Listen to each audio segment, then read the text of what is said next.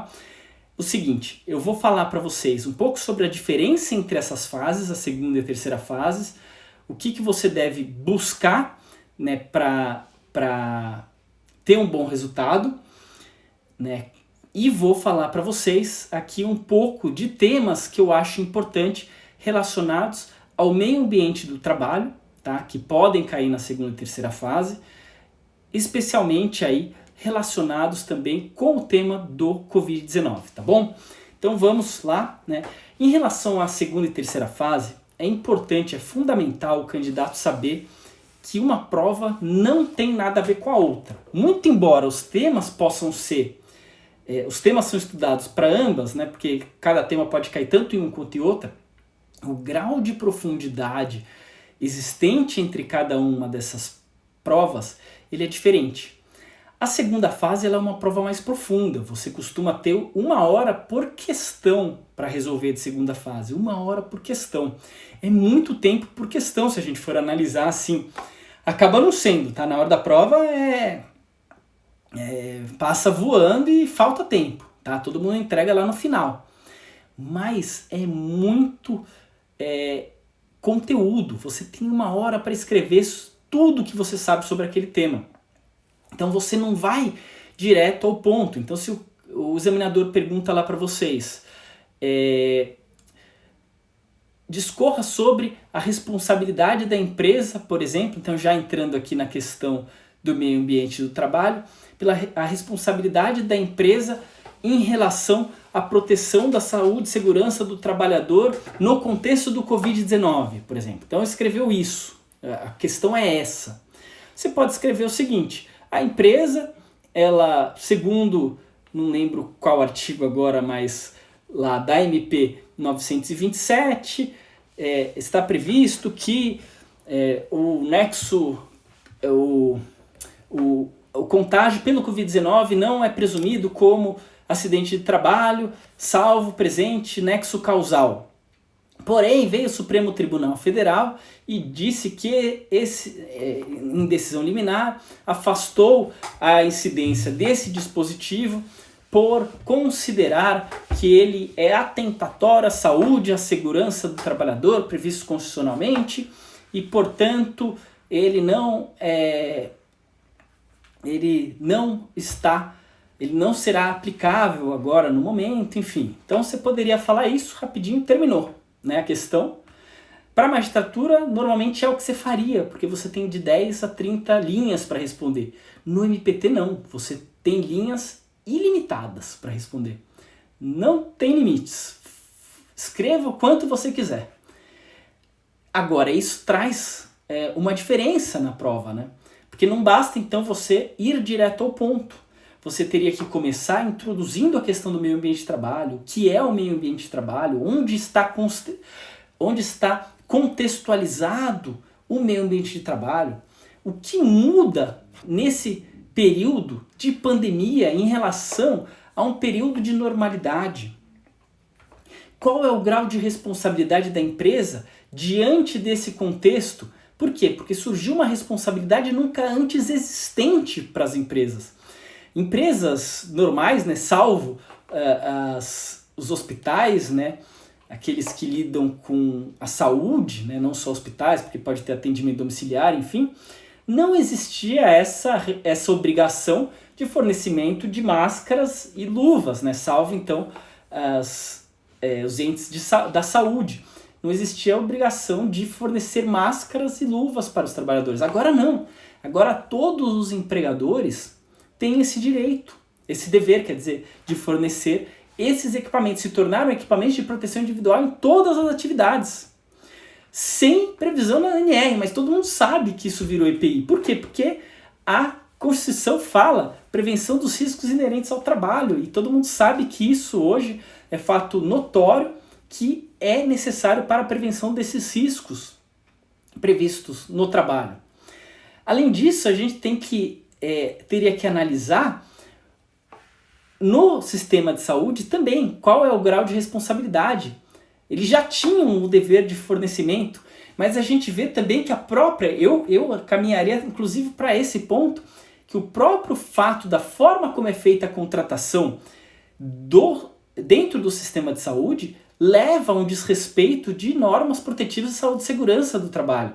Porque a gente tem, mesmo no Sistema Único de Saúde, aí, os hospitais municipais administrados por OS ou CIPs, ou seja, essa terceirização do desenvolvimento da atividade de saúde gera prejuízos. Por quê?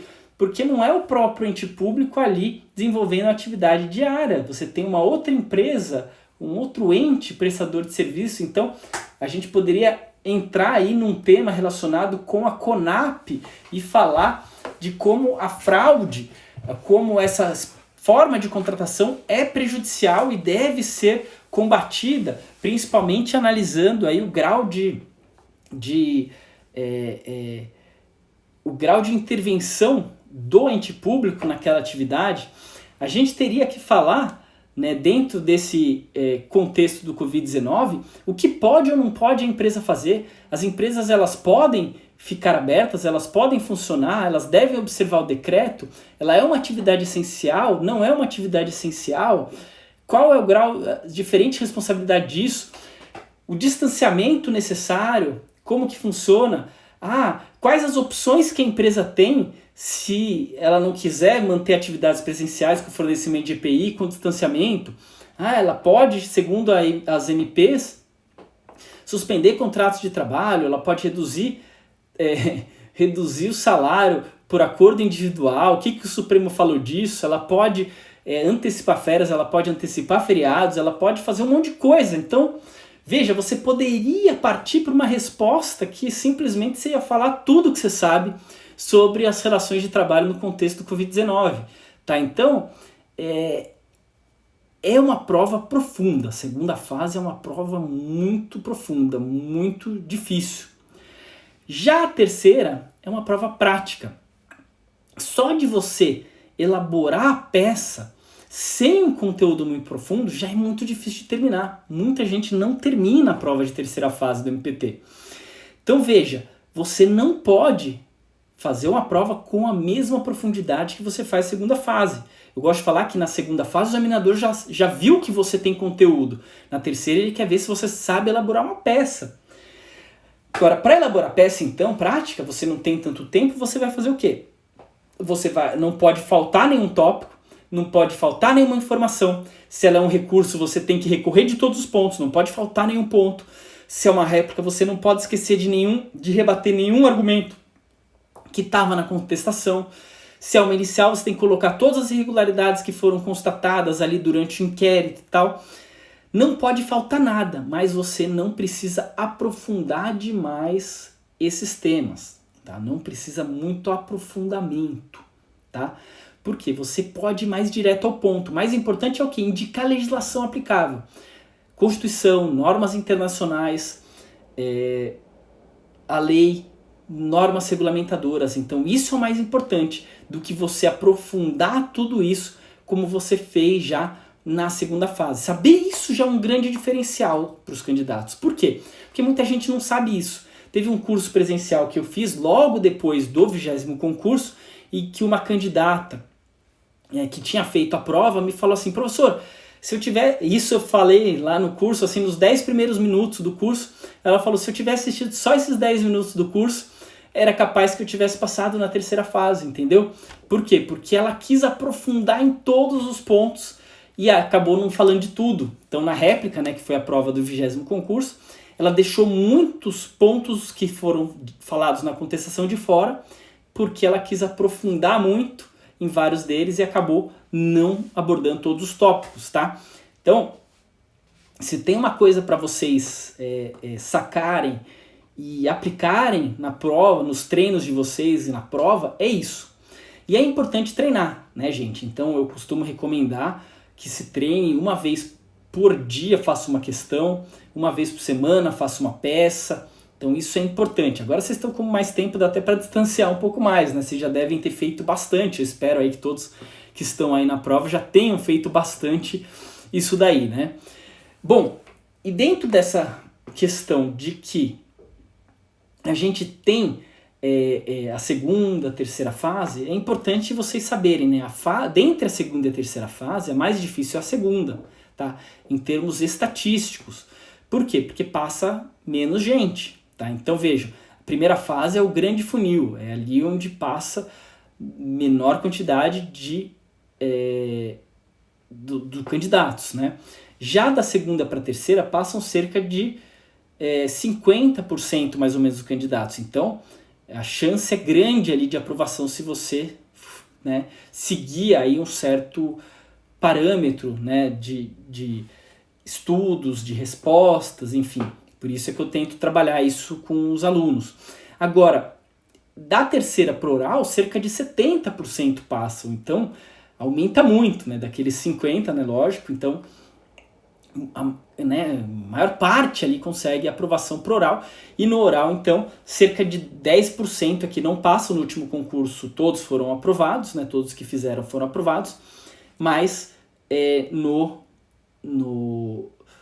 nos anteriores, desde o meu concurso, 15º, cerca de 10% dos candidatos não eram aprovados no oral. Então é a fase que a gente tem mais medo, mas no final acaba sendo a mais, estatisticamente, a menos complicada, né? Mas lógico que tem todo aquela questão de ser uma prova oral que traz muitas dificuldades, né? Bom, então, sobre a questão, né, então esses eram alguns aspectos que eu queria falar para vocês a respeito das provas de segunda e terceira fase. Não sei se vocês têm alguma dúvida em relação a elas, tá? Se tiverem, podem colocar. E, bom, quanto à questão da CODEMAT, que eu queria falar aqui para vocês hoje, né, eu acho que é relevante essa questão, né, do meio ambiente do trabalho no contexto do Covid-19. Né? Dentro dessa questão também nós temos algo que tem... Porque a gente tem que avaliar o quê? Não só as alterações legislativas e tal, mas o que tem dado bastante trabalho para nós. Porque o seu examinador, ele recebe notícias de fato diariamente sobre os mais variados temas.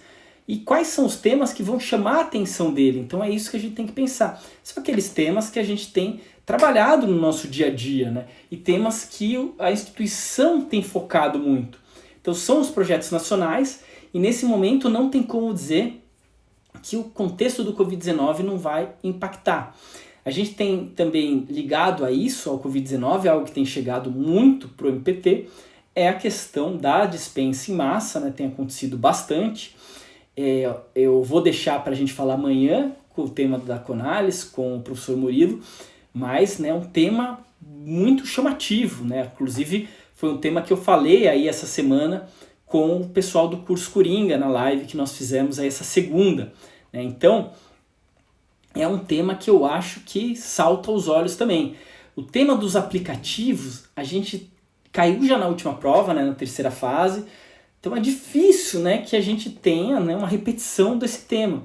No entanto, é um tema também chamativo, né? A gente teve hoje, inclusive, a greve dos motoristas de aplicativos, entregadores, né, de vários aplicativos aqui em São Paulo e no Brasil, né? Acho que, pelo que eu tinha visto do movimento, seria até na América do Sul, não era nem restrito ao Brasil esse movimento de protesto, de greve, né? E a gente vê que no contexto do Covid-19 ele ficou mais evidente, esse contexto. Por quê? Porque os trabalhadores não tiveram a proteção adequada em termos de meio ambiente do trabalho, fornecimento de álcool gel, fornecimento de máscara, demorou, o MPT ajuizou muitas ações nesse sentido, né? E nós temos já grupo de trabalho a respeito do trabalho em plataformas eletrônicas, isso já existe, e a gente teve aí um diferencial de atuação também nesse momento de pandemia. Portanto, nós temos que prestar bastante atenção nesse tema. Vejam, o tema na prova passada foi muito relacionado com a fraude, né? No sentido de que os trabalhadores, naquele problema da prova passada, teriam um vínculo de emprego, não poderiam ser meros prestadores de serviço. Isso pode ser repetido? Pode, mas a chance aí já não é tão grande. Mas o examinador pode vir com isso, ou mesmo com a questão da proteção do meio ambiente. Digamos que aí, para você falar do meio ambiente, da responsabilidade do meio ambiente, porque se ele pergunta para você na segunda fase, qual a responsabilidade das plataformas eletrônicas ou de de empresas de motofrete, para ser mais específicos, em relação aos seus entregadores, seja por bicicleta, seja a pé, seja por moto, enfim, tanto faz. Então, para que você possa falar dessa responsabilidade, você necessariamente tem que passar também pela questão da fraude, porque você vai, né, até nas nossas peças, na verdade, a gente evitou falar da fraude, a gente quis falar, olha, tem responsabilidade, não estamos aqui discutindo vínculo, tal, meio ambiente do trabalho, responsabilidade de todos que estão aí na cadeia produtiva, todos aqueles que se beneficiam do trabalho.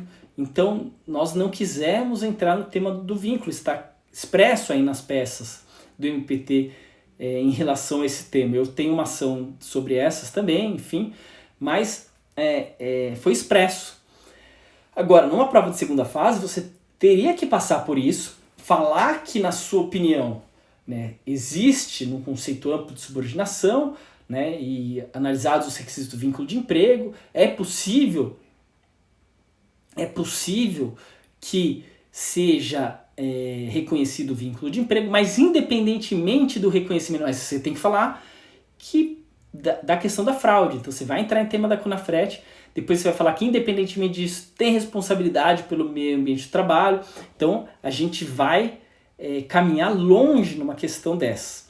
Nós temos a questão das barragens, né, em relação à Codemate, que é interessante, tem grupo de trabalho, né, e não faz muito tempo, né, do acidente Brumadinho, que foi o maior acidente de trabalho da história, né? Então é algo que também é bastante relevante, por isso também que eu já trabalhei esse tema bem com o pessoal no curso Coringa. A gente tem que avaliar o grau de responsabilidade das empresas, né, a proteção legislativa, a NR existente sobre o assunto. Então tudo isso deve ser verificado, porque pode cair esse tema tanto na segunda também como na terceira fase. Você pode pegar trabalhadores ali que trabalham em barragens, e aí você pode dizer que eles são PJs, você pode dizer que tinha trabalhadores menores de 18 anos, você pode, enfim, porque o examinador ele é do mal, né? Vocês sabem, né? O examinador é do mal, ele não vai simplesmente dar um problema de meio ambiente do trabalho para vocês na peça prática. Ele vai misturar, né, com trabalho infantil, vai misturar com fraudes, vai dizer que tinham problemas de salário, né, pagamento de salário, alguma coisa de questão de jornada também sempre vem, vai dizer que o alojamento era precário, que eles ficavam lá dormindo, enfim, vai transformar aquilo tudo num trabalho degradante, e aí, além de tudo, vai falar de...